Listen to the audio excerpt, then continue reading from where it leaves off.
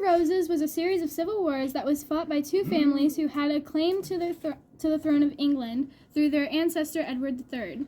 These wars lasted from 1455 to 1485.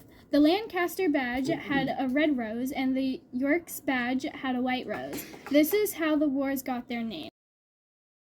At the start of the wars, Henry VI was on the throne. He was a very weak king whose court did most of the work. Because of this, there was heavy taxation and lawlessness throughout England. The people eventually got very tired of this and threw a rebellion called the Complaint of the Poor Commons of Kent.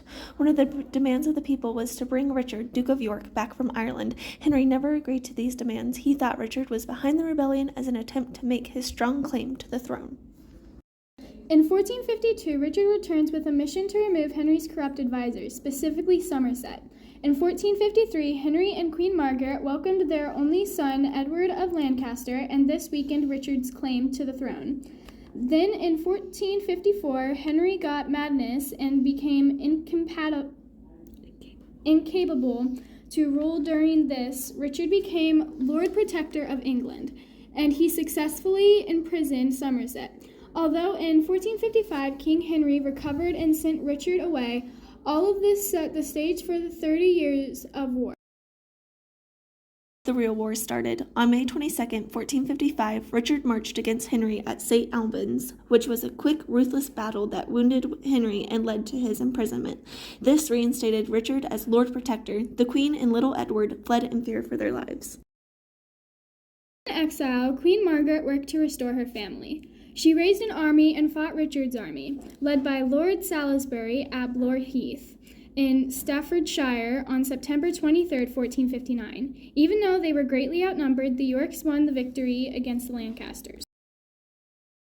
Of 1459, Henry raised yet another army, but with York deserters this time. The Yorks and their allies withdrew to Ludford Bridge, which was near Ludlow, Shropshire, to stand against Henry. Yet on October 12th, many Yorks fled, including Richard, who went back to Ireland. However, in June 1460, Ali Warwick entered London with thousands of men. They were marching into Northampton despite victory looking implausible, although unbeknownst to Henry, one of the Lancastrian commanders was a double agent and allowed the York's army to enter, causing an easy victory. The Yorks once again captured Henry, and Queen Margaret once again fled. In control, Richard and his heirs claimed to be Henry's successors. Henry agreed to this as long as the crown remained his until his death. Although English Parliament agreed, Queen Margaret would not and raised yet another army. Richard set out, hoping to end this and settle his succession to the throne once and for all at Wakefield Green near Sandal Castle.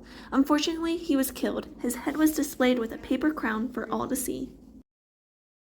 Son Edward Earl of March picked up right where Richard left off. He defeated the Lancasters in the Battle of Mortimer's Cross in the winter of 1461, yet only a few weeks later they were defeated in the Second Battle of St. Albans, which freed Henry to his queen.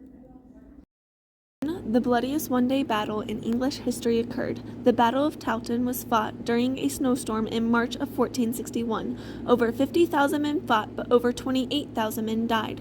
The Yorks were victorious, and Henry, along with his family, fled to Scotland. At last, Edward IV was King of England.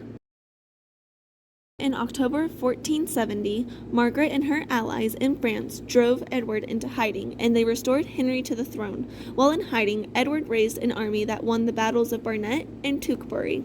In the Battle of Tewkesbury, Edward, the only son of Henry and Margaret, had fallen. Margaret and Henry was then captured and imprisoned in the Tower of London. Here, Henry VI met his demise due to sadness, but some believe he was killed. Queen Margaret, on the other hand, was later released and died in Anjou, France, in 1482. A year later, King Edward IV died, and his son Edward V became king at a young age. His uncle, Richard III, became Lord Protector and plotted to have Edward and his younger brother deemed illegitimate. In July of 1483, he was successful. To further protect his claim to the throne, he held his nephews in the Tower of London, where they mysteriously disappeared at the ages of 12 and 9. It is unknown what exactly happened to them, but in 1674, workmen of the castle found a wooden box buried under a staircase containing 2 small human skeletons. They are believed to be the princes, but there is no strong evidence to confirm that. King Charles II had them buried in Westminster Abbey, where they remain today. After the people heard of what their new king, Richard, had done, they were extremely upset.